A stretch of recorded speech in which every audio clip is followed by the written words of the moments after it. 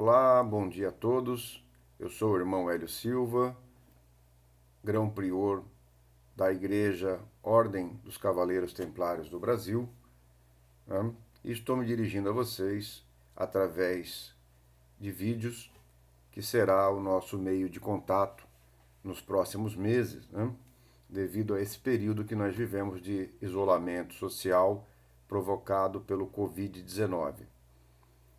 Este vídeo ele inicia uma série de outros vídeos em forma de aulas, em forma de instruções.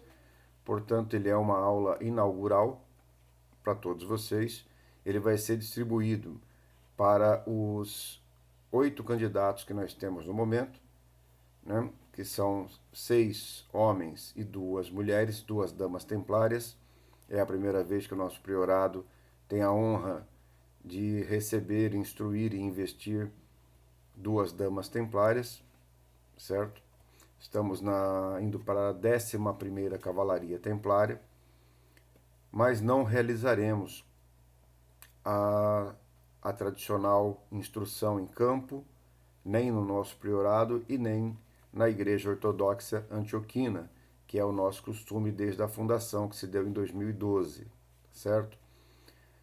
Nós resolvemos desenvolver um sistema de instruções, de aulas, para que todos vocês possam ter contato com o nosso priorado, né? Nós possamos manter a união, tanto dos alunos como dos já formandos. Dentre os formandos, nós temos oficiais templários, nós temos sargentos, noviços e escudeiros. E, no grupo de estudantes, nós temos o que nós chamamos de templário acadêmico, que estão buscando o grau 1, o grau de escudeiro, tá certo? Nessa aula inaugural, eu quero falar para vocês um pouco sobre a história geral abordada na primeira apostila, a história dos templários, né? Ela é uma história fascinante, ela remonta ao final do século IX, aproximadamente, onde nós tivemos ali a assunção do Papa Urbano II, que era um religioso, obviamente, mas era mais político do que religioso, conseguia influenciar as multidões e foi ele que conseguiu passar essa ideia para todos os nobres, e essa ideia atingiu também os plebeus, e todos foram convocados para uma chamada Guerra Santa, que se daria em campo contra os habitantes da região de Jerusalém, né? Não seria contra o povo, acabou sendo, né? Seria mais contra os sarracenos, ou então os chamados turcos otomanos, né? Que ocupavam aquela região, e o Papa Urbano II achou por bem libertar aquela região da mão deles, uma vez que a peregrinação à Terra Santa era uma das maiores indulgências que a Igreja prometia e concedia para quem cumprisse essa viagem. E assim nós tivemos um deslocamento em massa como nunca visto até então, partindo primeiramente da França. Eram 10.000 quilômetros para se chegar até a região de Jerusalém. 10.000 quilômetros, vocês podem imaginar a distância disso, né? Não existia a Europa, tudo era cristandade. Não se falava em Europa, se falava em cristandade, né? Não existiam os reinos, as cidades, existiam, mas eles não tinham nome predominante. E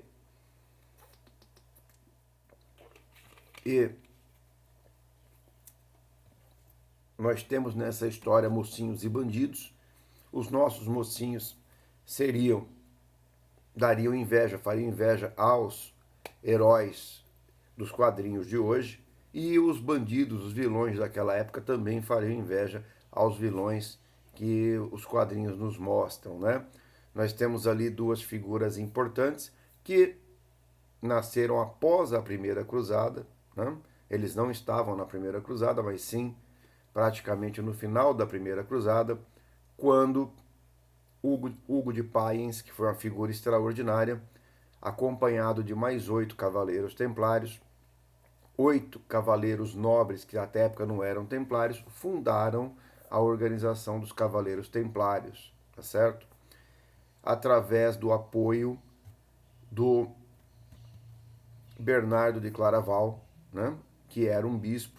Bernardo de Claraval, ele era cisternense. Os cisternenses eram os bispos ou aqueles que moravam nos monastérios e eram os monastérios mais ricos de toda a cristandade. Bernardo de Claraval, depois vocês vão saber que ele tinha um parentesco com Hugo de Payens, por isso essa confiança e essa ajuda, e ele ajudou a influenciar o rei Balduíno II, né, que sucedeu Balduíno I em Jerusalém. E um detalhe, o rei de Jerusalém, ele perdia o nome dele e passava a se chamar Jerusalém, né, tão importante que era essa função. Bom, dentre os vilões nós temos ali Felipe o Belo, que era rei da França, e Clemente V, que era o Papa. Clemente V era considerado o generoso, né? E esses dois em conjuntos tramaram o final da Ordem dos Cavaleiros Templários por vários motivos que nós vamos estudar nas próximas aulas. O importante é saber que o Papa Clemente V só se tornou Papa porque Felipe o Belo o indicou, e Felipe o Belo tinha uma ascendência muito grande sobre os demais príncipes, demais reis, e o seu voto valeu muito. Ele obviamente fez uma política ao redor e conseguiu outros votos e praticamente elegeram ali o Clemente, que serviria aos seus intentos, e o seu maior intento era se livrar dos Cavaleiros Templários, porque ele era devedor de uma quantia em prata de grande enormidade para os templários. Ele não suportava mais o poder paralelo que os templários significavam no Estado, né? Entenda, um Estado, e você tem uma facção muito poderosa, que eram os Cavaleiros Templários, que haviam desenvolvido o cheque, a cobrança de pedágio para o caminho de Jerusalém, né? Possibilitavam toda a salvaguarda daquele caminho. Tudo isso vai ser explicado em detalhes para vocês posteriormente. E nós temos esses dois vilões que conseguiram, ali eu estou falando já desde o nascimento, aproximadamente 200 anos. Nós tivemos ali o final disso em 18 de março de 1314, né? Onde foram levados à fogueira alguns templários de renome, dentre eles o último grão-mestre, que era Jacques de Molay. Inclusive, um fato interessante é que ele tinha 70 anos de idade. Tá? Naquela época se vivia até os 35, 40 anos. E o Jacques de Molay já estava com 70. Aliás, a pronúncia correta é Jacques de Molay, porque ele era francês, né? Mas no Brasil todo mundo fala de Molay. Se você falar de Molay, ninguém vai te entender. E quando estava morrendo queimado, ele fez uma profecia. Uns dizem que é uma maldição, outros falam que é uma profecia.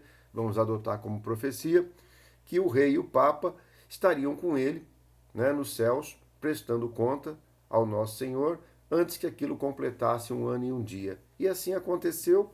Logicamente não foi por força da profecia em si, mas foi uma trama dos templários que estavam infiltrados em todos os reinos e acabaram envenenando tanto o rei Felipe o Belo quanto o Papa, né? Todos eles morreram envenenados, bem como outras pessoas do clero e do reinado, da corte, do principado, foram envenenadas como uma vingança dos cavaleiros templários que sobraram, tá certo? Os cavaleiros templários não foram dizimados, eles migraram para outros países que não tinham nada contra eles, como a Espanha e Portugal. E depois nós temos ali as caravelas que zarparam para fazer os descobrimentos. Todas elas tinham a cruz templária, né? A cruz templária é essa que eu estou usando aqui na minha camisa, é a cruz de Malta, a cruz pátria, né? Inclusive esta camisa é o nosso uniforme oficial. Ela é produzida, confecção do nosso irmão Odorico, cavaleiro templário também, que gentilmente confecciona e faz a doação para o priorado, para que o priorado arrecade suas verbas, né, através dessa doação e possa fazer ajudas, como nós distribuímos cestas básicas, apoiamos Médicos Sem Fronteiras, né, a PAI, a ACD, o Hospital de Amor de Barretos, e tudo isso proporcionado em partes por essas lindas camisas, que é o nosso uniforme, se tornou o nosso uniforme, tá certo? Então, nós temos toda essa história contada dentro dessa primeira apostila, nós temos a figura óbvia do noviço, vamos saber quem era o noviço, se eles eram crianças ou não. Temos que lembrar que criança naquela época é diferente da criança de hoje, uma vez que se viviam o homem até 35 anos e a mulher até 25, né? Então, um jovem com 10, 12 anos, que hoje é criança, na época já podia ser responsável como um noviço de cavalaria. Já tinha toda uma responsabilidade. Muitos órfãos eram levados até os templários e eram criados com os filhos e sobrinhos e netos dos templários em igualdade de condições, uma vez que os templários entendiam que todas as crianças, todos os jovens tinham que ser criados iguais dentro do priorado, tá certo? É outro fato muito interessante esse aí, a ideia dos templários que seguiam as regras, são várias regras, né, que vocês têm na apostila, são as regras templárias, principalmente os principais votos dos templários era o chamado tríplice voto, né? Então nós vamos entender o que era o tríplice voto lendo as nossas instruções, que é um detalhe muito importante. 2 exercícios espirituais que nós temos, um é o Pai Nosso. Se você ainda não pratica esse exercício, eu te oriento que você comece a praticar. Eu vou ensinar mais para frente um signo e um sinal de uma auto-hipnose, onde você irá automaticamente fazer o Pai Nosso várias vezes por dia e vai se conectar com o ser superior. Essa fórmula é infalível, a conexão com o ser superior, ela é muito benéfica e praticamente obrigatória para todo aquele que quer se dedicar ao sacerdócio, né? Que o priorado é um sacerdócio. O outro exercício é o exercício da semente, onde você mesmo provoca o seu enterro e o seu desterro, nascendo, morrendo a semente para nascer uma frondosa árvore com os seus frutos, que nos remete a fênix que renasce constantemente todo dia das suas próprias cinzas, bem como toda a cerimônia de renascimento, seja ela templária, maçônica, todo o rito hermético engloba esse renascimento do ser novo que desponta. A nossa, a nossa apostila do grau 1, ela não esgota o assunto, ela apenas direciona você que está estudando para ser noviço, né? Nesse movimento, ela não esgota o assunto encaminha-se por mais 3 apostilas, no grau de escudeiro, sargento e depois oficial, oficial de cavalaria, onde aí sim você esgota o assunto acadêmico templário nesses módulos, né? Para os que são formados, existem outras instruções que vão começar também agora por videoaula, e é importante você se situar na época em que os templários foram fundados, na época que a organização surgiu, e tentar se colocar no lugar daqueles bravos guerreiros, né? Os parcos recursos que eles possuíam, uma armadura, e quem já se formou conosco sabe o peso dessa armadura, o peso da espada, porque nós temos réplicas que, além de réplicas no formato, são réplicas no peso aproximado da armadura de um cavaleiro templário. Era descomunal utilizar aquilo em Jerusalém e partir para a batalha com os sarracenos, que eram os árabes, né? Que utilizavam simplesmente uma roupa leve e uma espada chamada cemitarra, né? Que fazia cortes curvos e muito profundos e era muito leve para ser manuseada sobre o cavalo, né? Cavalgando, e os templários numa armadura muito pesada, e no começo eles começaram a se proteger cada vez mais, colocando malhas de aço para evitar as setas pontiagudas que entravam nas suas nucas, né? E em pouco tempo os templários descobriram que aquela roupa não era ideal, aquele fardamento não era ideal, e acabaram se livrando de tudo aquilo, e aprendendo com os sarracenos, eles acabaram utilizando uma farda muito leve, deixando aquela espada enorme é, alojada no cavalo apenas, aquela era transportada pelo cavalo, e eles levavam uma espada menor também para poder ir à guerra e tiveram sucesso. É importante você destacar que templário não é o cruzado, né? Templário, nem todo cruzado poderia ser um templário, mas todo cavaleiro templário era um cruzado. Tá? Essa é uma ideia que tem que ser bem trabalhada na nossa cabeça, tá certo? O grande motivo desse desaparecimento, entre aspas, dos templários, como eu já disse, se deveu à trama do rei Felipe o Belo juntamente com o Papa Clemente V, o Generoso, e essa trama tinha uma finalidade primeira de fazer com que os templários caíssem no descrédito da população, taxando-os de hereges, né? Heresia era um crime muito grave contra a Santa Madre Igreja Católica, e os templários foram acusados disso, uma vez que eles utilizavam um suposto ídolo chamado Bafomé, né? Que ninguém nunca entendeu naquela época o que era o Bafomé, hoje é utilizado pela maçonaria, pelos templários e por outras ordens. Eu posso resumir dizendo que Bafomé tem uma origem na língua árabe e significa o pai do conhecimento, né? Vamos detalhar isso posteriormente, tá certo? E também que eles cometiam atos obscenos em suas missas, né? O que não é verdade, né? O que os templários faziam entre si era trocar o ósculo santo, né? Que é um costume que o nosso mestre Cristo Jesus deixou para nós, que hoje em dia também está proibido devido à situação que vivemos. Tá? Mas os templários utilizavam o ósculo santo e isso foi utilizado como ato obsceno, além de outros atos obscenos que nós não vamos nem entrar nesse momento aqui, nessa videoaula inaugural. Eu creio que eu fiz en passant uma visão geral do grau 1. Obviamente, no manual de vocês existem detalhes sobre a história do início até o final daquele capítulo, que vocês vão aproveitar muito. E o que eu quero é que ao final de cada aula dessa, de videoaula, vocês possam fazer um comentário. São esses comentários que vão nos incentivar e vão nos direcionar a ir cada vez mais longe. Então eu peço, em retribuição a esse nosso esforço, que os senhores e as senhoras que fazem parte agora da 11ª Cavalaria, que vai ser formada ainda como Damas Templárias, façam comentários, gostei, não gostei, fiquei em dúvida, lancem suas dúvidas no grupo, tá certo?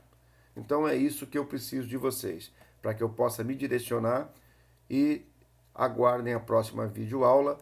A nossa agenda, ela estipula uma videoaula por semana, e eu creio que dessa maneira nós iremos caminhar juntos, iremos cavalgar juntos, né? Tudo aquilo que nós fazemos como Cavaleiros Templários não é em nosso nome nem em nossa glória, mas sim para toda a honra e glória do nosso Senhor Jesus Cristo. E é com esse voto que eu me despeço de vocês e espero as suas considerações sobre tudo aquilo que foi falado, sobre o seu estudo, sobre dúvidas, né? Quero estar muito junto com vocês, ainda que por vídeo, porque pelos próximos meses adotaremos esse tipo de meio auxiliar de ensino através dessa rede social, ainda que privada, né? Eu peço que os senhores não divulguem esses vídeos. Esse vídeo faz parte dos nossos conteúdos, é nosso segredo, né? Ele não pode ser compartilhado, não pode ser divulgado, tá bom? Ele é apenas para nosso estudo. Eu agradeço muito a confiança de vocês, dos templários que eu já conheço, dos alunos que eu estou conhecendo a partir de agora, e sei que todos são merecedores dessa minha confiança. Meus votos de paz profunda, vida longa e próspera a todos, né?